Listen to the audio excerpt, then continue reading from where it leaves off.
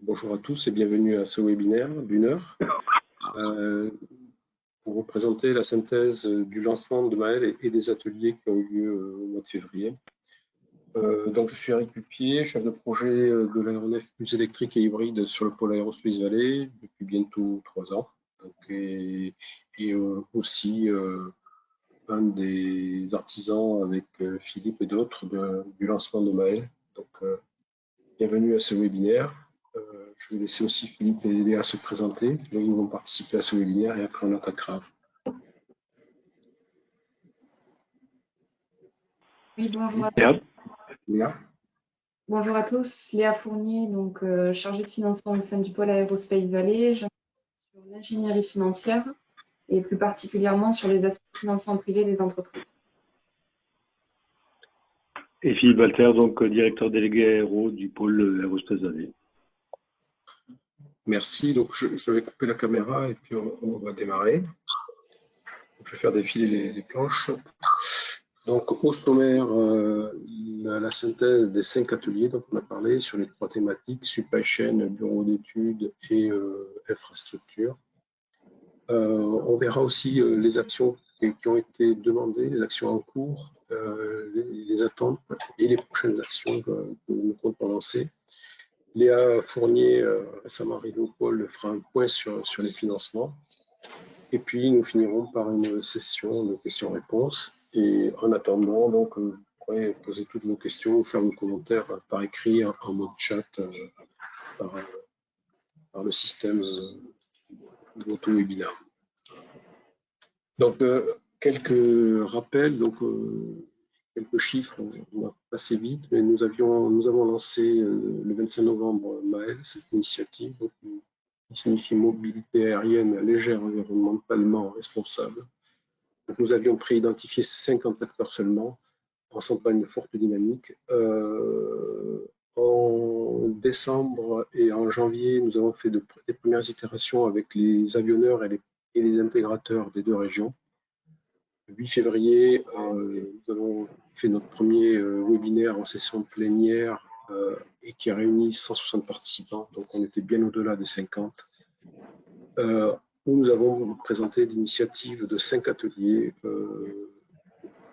pour desquels nous avons plus de 100 participants sur les 3 thématiques dont je vous parlais, donc la supply chain, les équipementiers et les usineurs, les fabricants de pièces, les labos, les BE, les moyens d'essai pour ce qui est la conception et à la recherche. Et enfin, 3e thématique sur les opérateurs, infrastructures et auxquels les avionneurs est associés aussi.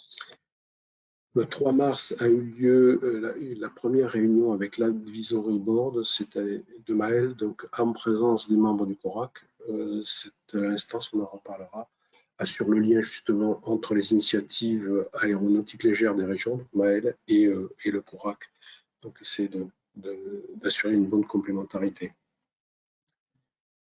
Alors, en chiffres, sur la synthèse des ateliers, nous avons pu établir une cartographie des acteurs intéressés par l'initiative au cours des ateliers et des webinaires.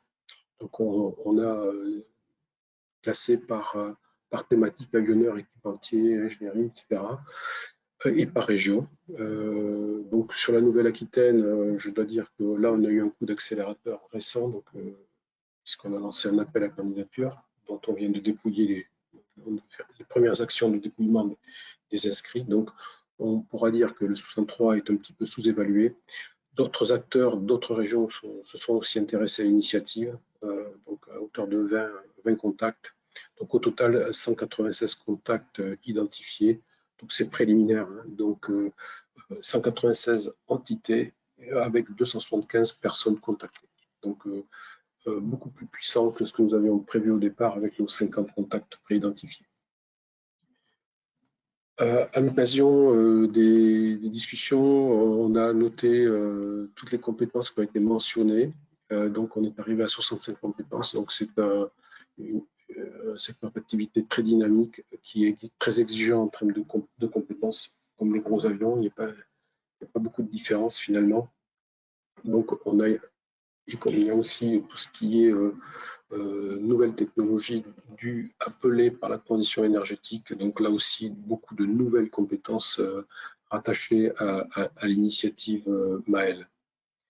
Donc là, ce sont des offreurs ou des demandes, c'est-à-dire que ce sont des compétences que les entités peuvent offrir ou sur lesquelles ils sont en demande. Alors, concernant les ateliers eux-mêmes, là, on a essayé de classer, replacer, de remettre en ordre un petit peu les idées qui ont été isolées, identifiées. Donc, un des premiers points qui est venu sur la table, ce sont le financement et les aides. Donc, financement de l'industrialisation, un gros point qui est très demandeur en termes de volume financier. Le financement de l'innovation, aussi pour les primo-arrivants, ceux qui ont aussi des idées, les startups. Et on a parlé aussi d'investissement foncier. Donc, l'information qu'on peut mettre en face, l'action que l'on a mis en face, c'est l'embauche de Léa Fournier, qui va vous parler, donc, qui va s'occuper d'ingénierie financière et va vous détailler tout cela un peu plus en détail que je pourrais le faire. Donc là, on l'avait identifié comme un gros poste, évidemment, sachant que l'aéronautique légère n'était pas très en vue des financements au niveau national, donc il y avait un gros besoin. Et là, les régions ont répondu à l'appel. On va aussi le voir à travers les AMI et les appels à candidature. Côté innovation, là aussi, on a ressenti un intérêt très fort pour y participer. Il y a beaucoup de choses à développer. Donc, effectivement, on est en pleine problématique de la transition énergétique. Donc, l'idée, c'est justement de permettre à ces nouvelles technologies d'accéder au niveau de démonstrateur, puis d'être intégré sur des aéronefs.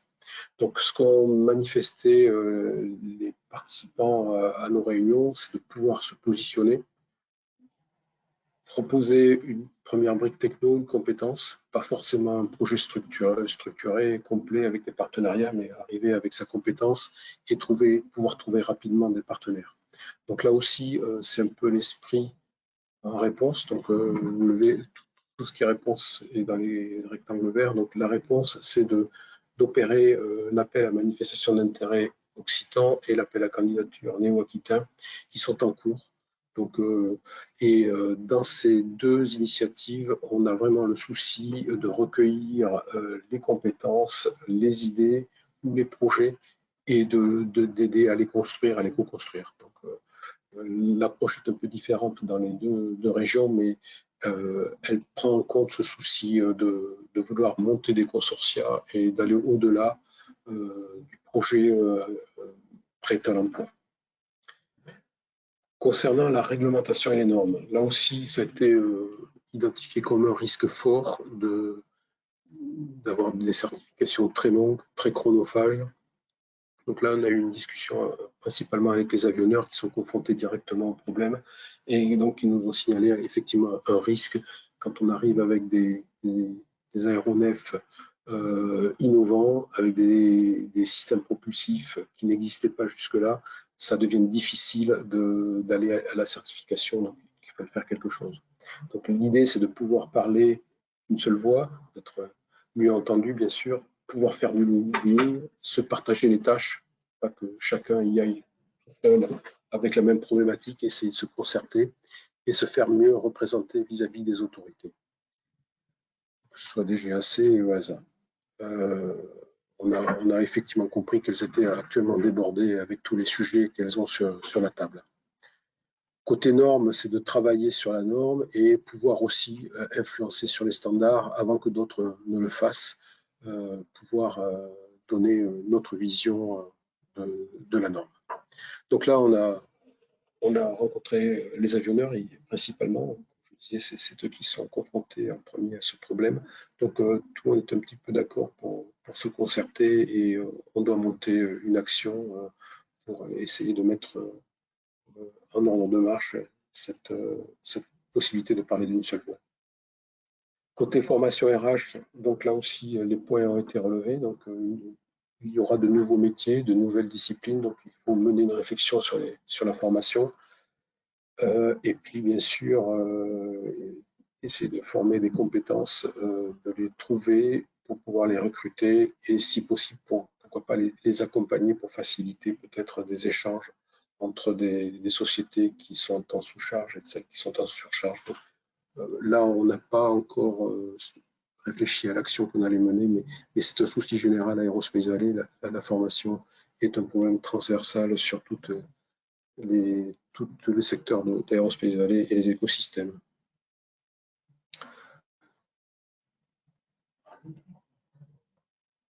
S'il y a bien quelque chose qui fait l'unanimité, c'est le besoin d'une étude de marché. Donc, effectivement, l'aéronautique légère a vivoté pendant des décennies. Tout le monde n'est pas convaincu qu'elle va repartir. Il y en a qui doutent sérieusement, il y en a qui disent que ça va être très cher. Donc, on va réduire les coûts à l'heure. Donc, beaucoup de choses à regarder sur ce créneau-là. Donc, la première chose, c'est d'identifier les segments marchés, de faire un état des lieux de la compétition internationale et de regarder quels seraient les impacts emploi-export et si notre réseau est capable de relever le défi de ces nouveaux avions et de ces nouveaux marchés. Donc là, il y a aussi une réunion de cadrage à monter et puis aussi regarder comment on finance cette étude de marché. Il faut examiner ça de près, voir qui peut participer et qui est prêt à cotiser à cette étude de marché. Ensuite, on a parlé de synchronisation. Effectivement, il y a tout un bouquet de solutions qui se présentent à nous en termes de business, de programmes, de techno, d'infrastructures. Là aussi, il y a un besoin de synchronisation et d'identifier quels sont les briques techno essentielles. Alors, sont ressortis du lot les batteries, toute leur complexité avec le management, etc. Toutes les briques techno associées à la propulsion électrique, ce sont les premières thématiques qui sont arrivées sur la table là aussi. Donc, avec un besoin de mettre un calendrier et si possible de ne pas refaire 20 fois la même chose et de se synchroniser. Donc là aussi, on a convenu qu'il y aurait des réunions spécifiques à monter pour bien comprendre le besoin et la capacité du tissu à fournir ces briques technologiques. Concernant les opérations, c'est-à-dire le transport de passagers ou de marchandises en mode aérien et les infrastructures, pour nous, Aerospace Valley, dans le domaine de l'aéronautique légère, c'est un secteur que l'on découvre un peu, qui était assez peu visible, il faut bien le reconnaître. Donc là, c'est un monde que l'on doit reconquérir ici, Aerospace Valley, et apprendre à connaître mieux. Donc, bien sûr, la demande est de développer un écosystème autour des petits aérodromes qui souvent existent déjà et qui souhaitent une redynamisation. Donc, ont été évoqués les problèmes d'acheminement des passagers sur le dernier kilomètre ou des marchandises, bien sûr. L'acheminement des énergies, quelles énergies, pour quel type de propulsion. Donc, là aussi, peut-être approcher les grands énergéticiens ou les sociétés capables de monter des smart grids, donc la capacité à produire l'énergie sur place et à la gérer sur place. Comment améliorer l'expérience client, la capacité d'atterrissage, décollage en IFR, construire des hangars, là aussi. S'il y a plus d'avions, il faudra construire des hangars, c'est impératif. Concernant l'expérience passager, monter des salles de réunion directement peut-être, ou des salles de restauration pour faciliter et inciter les passagers à utiliser ces aérodromes. Ensuite ont été évoqués les aspects réglementaires avec la DGAC, comment accélérer les cycles pour, par exemple, adapter les pistes à l'aviation légère, à la nouvelle aviation légère. Donc, pouvoir fluidifier toutes ces demandes. Adresser la problématique des taxes et notamment accompagner par des mesures incitatives toute initiative rendant les avions moins polluants, le trafic aérien moins polluant, la décarbonation. Donc là, on mentionne que deux webinaires côté néo-aquitain ont eu lieu, donc ont été menés, et on prévoit de monter assez rapidement une première réunion avec à Jonzac. Donc il faut qu'on confirme la date du 1er avril parce que c'est quand même assez proche, et donc là, pour discuter là aussi avec eux de problématiques d'infrastructure et d'opération. Autre souci, c'est la visibilité, être vu et pouvoir voir. Donc, dans le être vu, l'idée, c'est d'utiliser à fond Maël, donc notre site internet dédié à l'initiative Maël, pour dire à chacun de vous, à chacun des membres, qui il est, ce qu'il peut apporter et ce qu'il recherche. Donc aujourd'hui, le site de Connect Maël est ouvert. Donc nous avons plus de 80 membres enregistrés sur ce site-là. Donc il faut continuer à se connecter à Maël. C'est par ce biais-là qu'on va amener toutes les informations, il faut le savoir, informations sur le financement, sur les événements. Donc je pense que ça a vraiment un intérêt.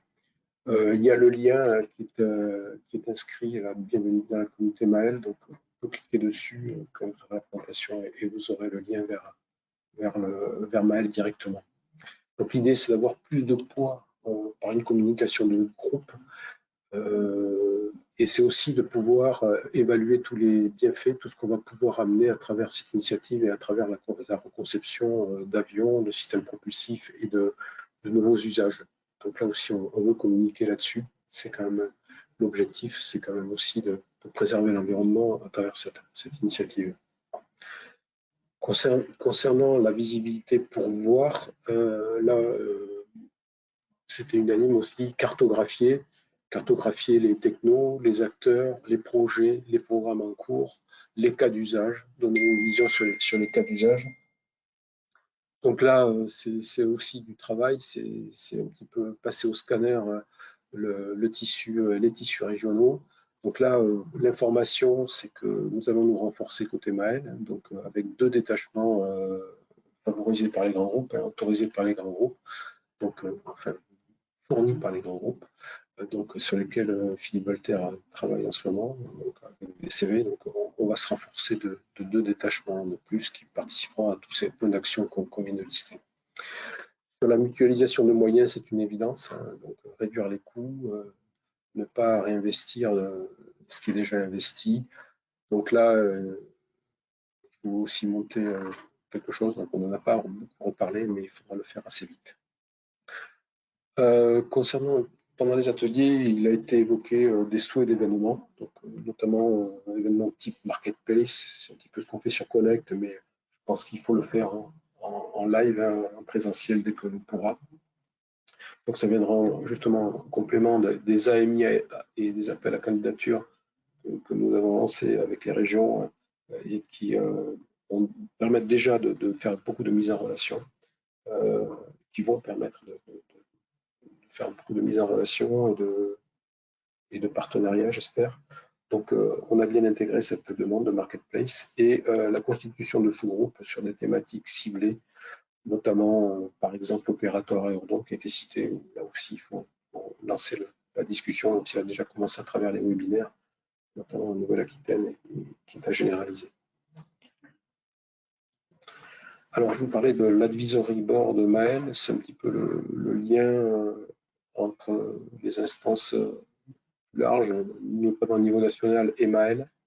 Donc, une première réunion a eu le 3 mars, si je me souviens bien, donc avec le comité stratégique que anime Philippe Walter, donc pour la partie aéronautique d'Aerospace Valley, qui avait été élargi avec des représentants de la feuille de route d'aviation générale du CORAC et de la DGAC. Donc, il y avait pas mal de monde autour de la table. Donc déjà, ce qu'il en ressort, c'est que l'initiative Maël a été saluée avec des questions et des recommandations plutôt bienveillantes, donc, qui soulignent l'importance de l'aspect réglementaire, pouvoir élargir justement les discussions sur les aspects réglementaires, en tenir compte dans nos critères d'évaluation quand on dépouille les AMI ou les appels à candidature. Un grand intérêt pour les sujets qui pourraient être transposés à la grande aviation, on va dire ça comme ça, qu'elles soient régionales ou commerciales. Donc, je pense qu'on va être observé d'un œil intéressé, notamment sur tout ce qui est hydrogène liquide, et pouvoir aussi remettre des discussions sur la table entre les acteurs de la feuille de route aviation générale, côté CORAC et Maël. Donc là aussi des questions sur le développement des aérodromes à aéroports. Donc là, je laisserai peut-être Philippe commenter quand il aura un petit moment, parce que là, je n'ai pas le contenu des discussions. Ne pas oublier, on en a parlé, le développement des compétences. Le développement des startups, effectivement, ce n'est pas qu'une question de technologie. Donc, bien sensibiliser les sociétés naissantes. Il faut avoir une vision globale, notamment sur la partie business. Et pouvoir orienter les sujets vers le Coracle quand cela fait sens. On n'y manquera pas.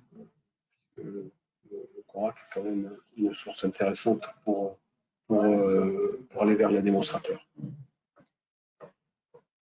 Alors là, je vais laisser la parole à Léa, si Léa veut bien se joindre à la discussion. Merci Eric. Oui, alors comme Eric le disait en début de présentation, on va faire un point rapide sur l'accompagnement à la recherche de fonds privés au sein du pôle. Donc si on passe à la slide suivante, Eric, merci. Donc comme on disait, Aerospace Valley peut vous accompagner en fait dans votre recherche de fonds privés et ce à tout stade de développement de votre entreprise. Donc que vous soyez une start-up, une PME ou bien une ETI, au sein du pôle, nous avons un réseau de partenaires qui sont dédiés au financement de nos membres. Donc en interne, nous avons un collège, qui est un groupe d'investisseurs qui interviennent auprès de nos membres pour les accompagner dans leur croissance et qui est composé de différents types d'investisseurs. Donc nous avons des organismes bancaires, des réseaux de financement, donc qui interviennent pour des prêts d'amorçage, des prêts d'honneur et des avances remboursables, également des fonds d'investissement, des plateformes de crowdfunding, donc de financement participatif, et aussi des business angels.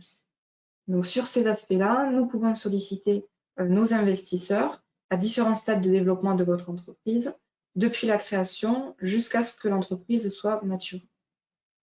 Si on passe sur la slide suivante. Eric, merci.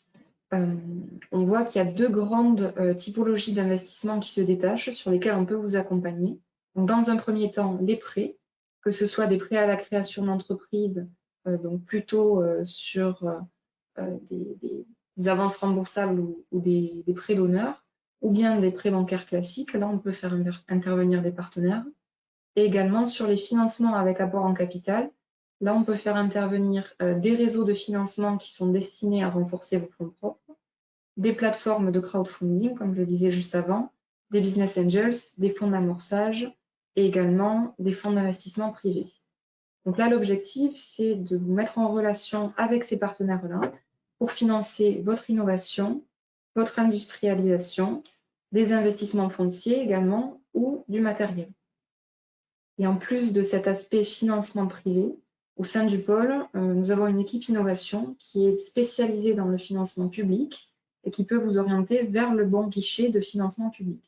Donc que ce soit la BPI, les financements régionaux, nationaux ou européens. Donc finalement, si vous identifiez des besoins d'investissement qui peuvent être couverts par cette typologie de partenaires, nous pouvons opérer la mise en relation et justement faciliter l'accès au financement pour votre entreprise. Donc juste après, je vous mets mon contact, voilà rapidement en quelques mots.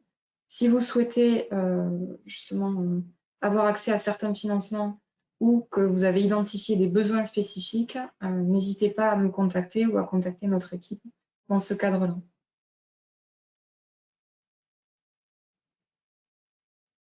Merci.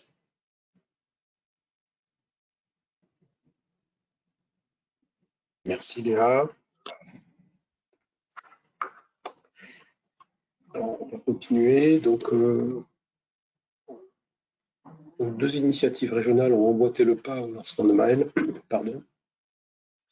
Un AMI côté occitan qui s'appelait démonstrateur d'avion vert dans l'aviation légère. Donc la première session, on va y revenir, donc, je ne vais pas détailler. Et le deuxième initiative, un appel à candidature, donc dans une démarche de consolidation d'une filière mobilité aérienne verte et durable en Nouvelle-Aquitaine, donc dont nous venons de recevoir les dossiers. Donc si je reviens sur le côté occitan, donc nous avons reçu 13 dossiers. 6 dossiers ont été retenus pour l'édition du 11 mars, qui représentaient à peu près 8,4 millions. Donc là, c'est le projet, avec des sujets assez variés, donc du drone propulsé par l'hydrogène, des actionneurs et atterrisseurs avions électriques, un remorqueur planeur électrique, des solutions de l'étude de la simulation vibroacoustique pour l'avion électrique pour réduire les masses d'infrastructure, de l'aérostructure, pardon. Et puis un essai en vol de pile à combustible spécifique et un banc d'essai propulsion verticale électrique, d'un rotor de propulsion verticale actionné par l'électricité. Un a été d'emblée retenu, sans problème. 3 retravaillés avec de bonnes chances d'aboutir. Et 2 considérés comme pas assez mûrs pour la session du 26 février. Donc la première session a eu lieu le 26 février. La deuxième session, la deuxième vague, aura lieu le 18 juin. Donc, notez bien, en tout cas au moins pour les adhérents occitans, tenez-vous prêts pour le 18 juin. Et vous pouvez nous contacter bien avant si vous avez des questions. Sinon, le lien vers cet appel à manifestation d'intérêt est en première page du site internet Aerospace Valley, aerospace-valley.com. Là, vous aurez toutes les modalités pour accéder au dépôt de dossier. Deuxième initiative dans le temps, c'est celle de la région Nouvelle-Aquitaine, qui portait sur la consolidation d'une filière mobilité verte et durable en Nouvelle-Aquitaine. Donc, on vient de recevoir la clôture des dossiers était le 19. 65 dossiers reçus. Inscriptions, enfin, c'est plus que des inscriptions, c'est moins que des dossiers, donc j'ai mis inscriptions reçues. Donc là aussi, avec l'idée de recevoir les compétences, les idées, les projets, pour que ensuite ensemble nous puissions construire les consortia pour aboutir aux démonstrateurs. On dénote une majorité de PME et ETI, ce qui va faire qu'on va certainement grossir les contacts PME, ETI au global dans Maël, ce que je disais par rapport au tableau du départ, côté Aquitaine en tout cas. Les prochaines étapes ont commencé. Donc la première analyse a eu lieu aujourd'hui même, ce matin. Les ateliers de co-construction auront lieu tout au cours des mois d'avril et de juin. Et la sélection des démonstrateurs se fera en juin, comme d'ailleurs la première côté occitan. Les premiers dossiers aboutiront en juin aussi. Alors, les prochaines actions, c'est de mettre tout ça en musique, d'organiser le calendrier des actions convenues, de continuer à mettre en relation, qu'elles soient ciblées sur détection d'opportunités ou à la demande. Si vous avez une idée, revenez vers nous. Forcément d'être dans le cas d'un AMI ou d'un AAC, ça peut se faire aussi au fil de l'eau, dans la mesure de notre disponibilité, bien entendu, mais ça doit se faire au fil de l'eau.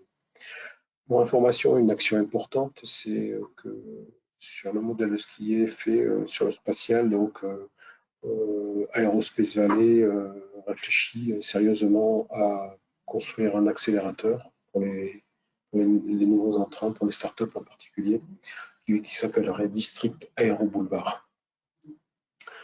Voilà, on a bouclé dans la demi-heure à peu près. Merci de votre attention et est-ce que vous avez des questions, qu'on puisse y apporter des réponses? Alors, il y a eu un premier échange, Eric, autour de la certification, pour rappeler qu'en fait, il n'y a pas que les avionneurs en fait, qui peuvent être impliqués dans les questions de certification, mais également des bureaux d'études ou des équipementiers spécialisés dans ce domaine. Donc, je pense que la réponse qu'on peut faire globalement, hein, c'est que c'est vrai.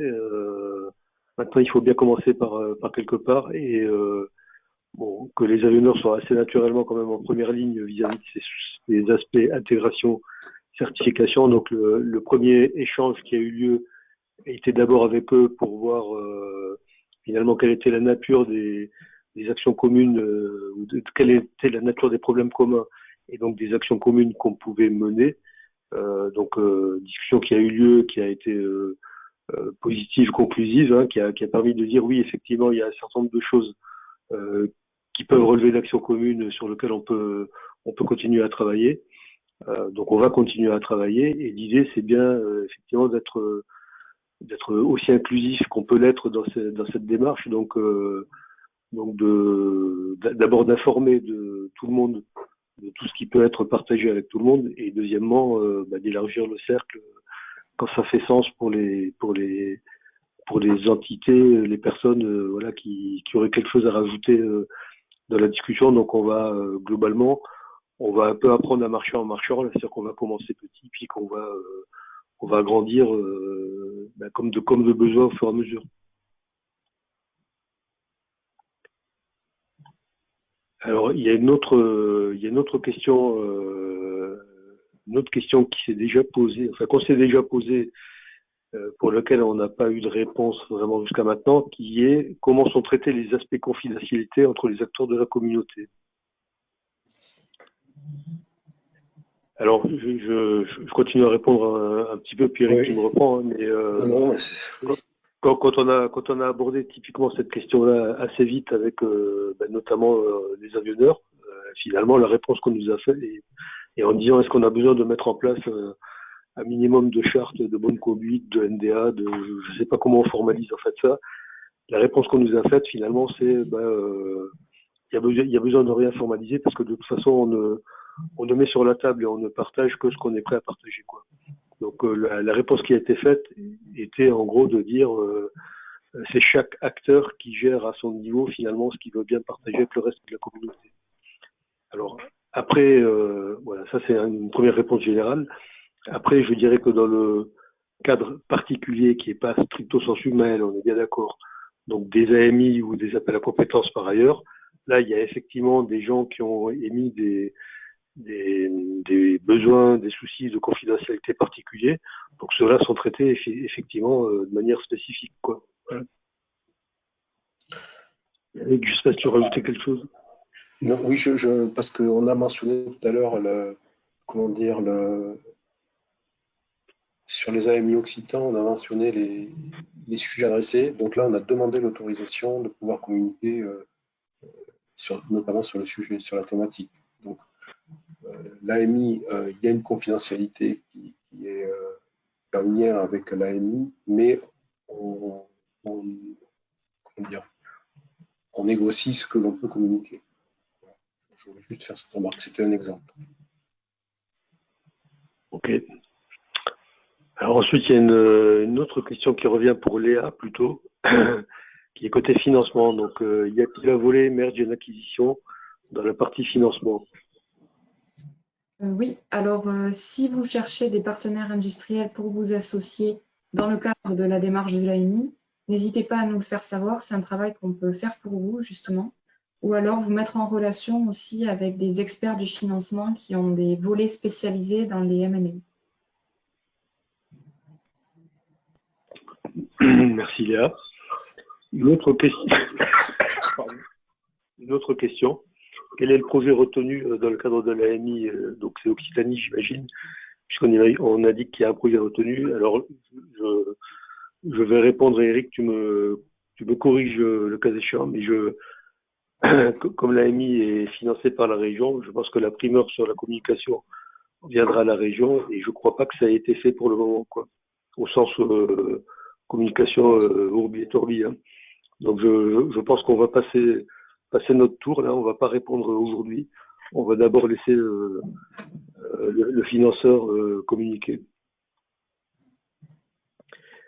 La question suivante, c'est un événement B2B avec les différents acteurs avionneurs équipementiers peut-il être envisagé d'ici juin, virtuel a priori? Alors, moi, je serais assez tenté de dire oui, on peut essayer de faire quelque chose vraisemblablement vers la fin juin. Mais d'autant plus qu'encore une fois, on devrait avoir maintenant assez rapidement, je l'espère, le renfort là, des 2 personnes mis à disposition des grands groupes. Donc, ça va nous redonner un peu de watts pour s'engager dans différentes actions. Alors après, l'autre question peut-être complémentaire, c'est à le faire en virtuel en juin ou à le faire en présentiel en septembre, qu'est-ce qui vaut mieux? Voilà. Moi, je serais personnellement assez tenté de dire si on savait faire un événement en présentiel, ça serait quand même beaucoup mieux. Mais bon, on peut en discuter. On est à l'écoute là de tous vos commentaires, donc n'hésitez pas là si vous avez des préférences à les indiquer via le chat. Absolument, ouais. N'hésitez pas.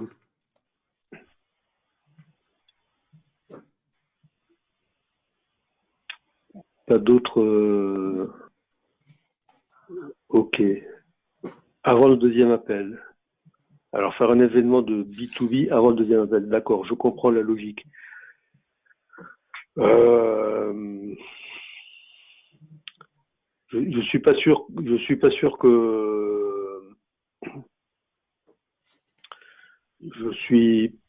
que ça soit la solution la plus pertinente. Moi, je dirais plutôt que, mais bon, on pourra en discuter, hein, avec les gens qui se sont manifestés, avec la vision qu'on a maintenant de l'ensemble des 196, encore une fois, participants, on doit être capable de faire un travail de rapprochement, a priori en tout cas, sans nécessairement passer par cette marketplace, quoi, enfin cet événement de B2B, quoi. Donc bon, on va en discuter, on va revoir avec Eric là finalement ce qui est gérable. Alors on nous demande ensuite, est-ce qu'on peut partager qui sont les 2 grands groupes qui vont détacher des mises à disposition? Alors, je vais aussi faire un peu une réponse de Normand, là, mais dans la mesure où on n'a pas encore vraiment signé le détachement des 2 personnes, je préférais attendre quelques jours, quoi. C'est vraiment imminent. A priori, les choses sont faites à 98%, mais je préfère quand même que ça soit 100% avant de l'annoncer. Il y a un des grands groupes qui est plutôt une société, on va dire, d'ingénierie et de support, et l'autre qui est un grand groupe industriel. Voilà, un grand groupe industriel, les 2 étant membres du pôle, bien évidemment. Bon. On demande, est-ce qu'on peut remettre le lien web de Maël SVP? Oui, on pourra remettre le lien Connect. J'imagine que c'est la question.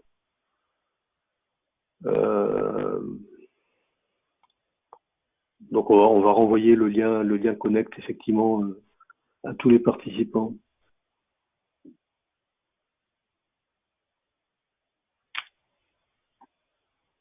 Plus de questions, de commentaires. Eric, tu veux rajouter quelque chose peut-être? Non, forcément. Il y a beaucoup d'actions, donc on attend impatiemment d'être renforcé. Parce que chaque action implique quand même d'aller une certaine concertation avec des membres et ça prend pas mal de temps. Donc effectivement, on a besoin d'avoir un petit peu de renfort.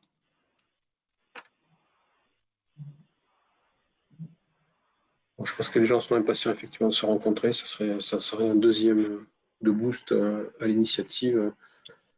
Et effectivement, il faudra prévoir assez rapidement dès qu'on peut une rencontre en présentiel, comme on dit. Non, sinon, j'ai rien d'autre à rajouter. Écoutez, s'il n'y a plus de questions à ce stade, je pense qu'on va arrêter. Donc, si on récapitule un peu les prochaines étapes, hein, donc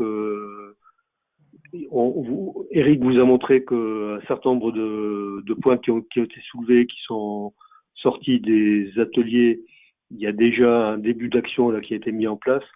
Maintenant, ce début d'action, il a besoin de se continuer, il a besoin d'appliquer l'ensemble des participants qui ont besoin d'être impliqués.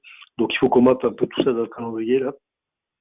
Ce qui est le sujet de la discussion que j'ai cet après-midi avec Eric et qui va dépendre aussi effectivement de la date d'arrivée très concrète là, des 2 personnes, des 2 renforts dont on a parlé,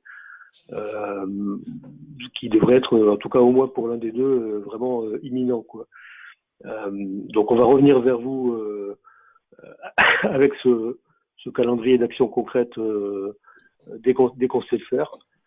La rencontre physique ou virtuelle avant ou juste après l'été, on va voir comment on sait faire au mieux. Les mises en relation aussi. Donc, pour les mises en relation, si vous avez encore une fois un souhait de vous rapprocher d'une typologie particulière d'acteurs, parce que vous recherchez quelque chose ou vous offrez quelque chose, n'hésitez pas encore une fois à nous contacter directement et dans les mois qui viennent, à dépendamment de cette marketplace, on va essayer de faire tous les rapprochements possibles. Et puis, je crois que j'ai un peu tout dit là, voilà. Si un dernier point peut-être pour insister, c'est on va pas refaire comme ça on va pas a priori, je dis bien, refaire comme ça des webinaires de manière forcément très très régulière. Donc, on va aussi essayer d'utiliser Connect au maximum pour vous passer les informations. Donc, quelqu'un a reposé la question là du lien, comment on fait pour se connecter à Connect Mail. On va le réexpliquer à tout le monde. Mais ensuite, moi, je vous invite vraiment à utiliser très régulièrement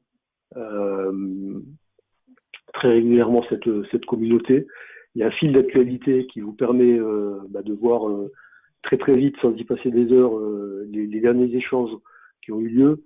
Vous avez, je pense, de l'ordre de 80 personnes, si je ne dis pas de bêtises, qui ont commencé à remplir leur carte d'identité, entre guillemets, dans cette communauté, donc qui explique un petit peu quelle est l'entreprise, ce qu'elle cherche, ce qu'elle peut offrir. Vous avez un peu d'informations pertinentes sur l'actualité des membres et vous pouvez vous-même donc déposer des informations sur votre propre actualité. Vous avez aussi de l'information d'actualité d'intérêt général pour tout le monde. Donc sur par exemple le salon de Lyon, pour lequel d'ailleurs on est en cours de discussion pour vous offrir des tarifs préférentiels de groupe, sur le concours d'innovation, sur des appels à papier pour le salon Montréal Electric Evercraft, par exemple, des choses comme ça. Donc autant d'opportunités, d'informations générales qui peuvent vous intéresser pour du financement, pour du projet innovatif, pour de la visibilité, etc. Donc c'est vraiment votre outil. Oui, alors un autre point, donc on a parlé d'initiatives diverses sur des thématiques diverses. Bon, il y en a une sur laquelle on doit reboucler dans l'après-midi très précisément parce que la date à laquelle on espère la faire est très proche, c'est le 1er avril, et c'est pas une blague. On espère faire une première rencontre des acteurs concernés par les questions d'infrastructure sol, d'aérodrome, etc. Le 1er avril. Donc l'invitation n'est pas encore partie. L'idée serait de le faire avec un mix de présentiel, mais limité en nombre de places, et de visioconférence donc pour les autres. Hein. Et le présentiel se ferait avec à la gentille invitation de Jenny Collier, donc à Jonzac. Voilà, donc je répète tout ça à reconfirmer cet après-midi, idéalement au plus tard demain. Quoi. Sur Connect, y a-t-il un fil spécifique Maël? Oui, sur Connect, il y a une communauté spécifique Maël. Je crois qu'on a à peu près fait le tour. Moi, je vous avais perdu.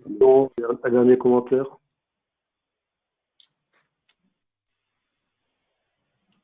Écoutez, merci à tous. Donc. Et merci à tous et à très bientôt.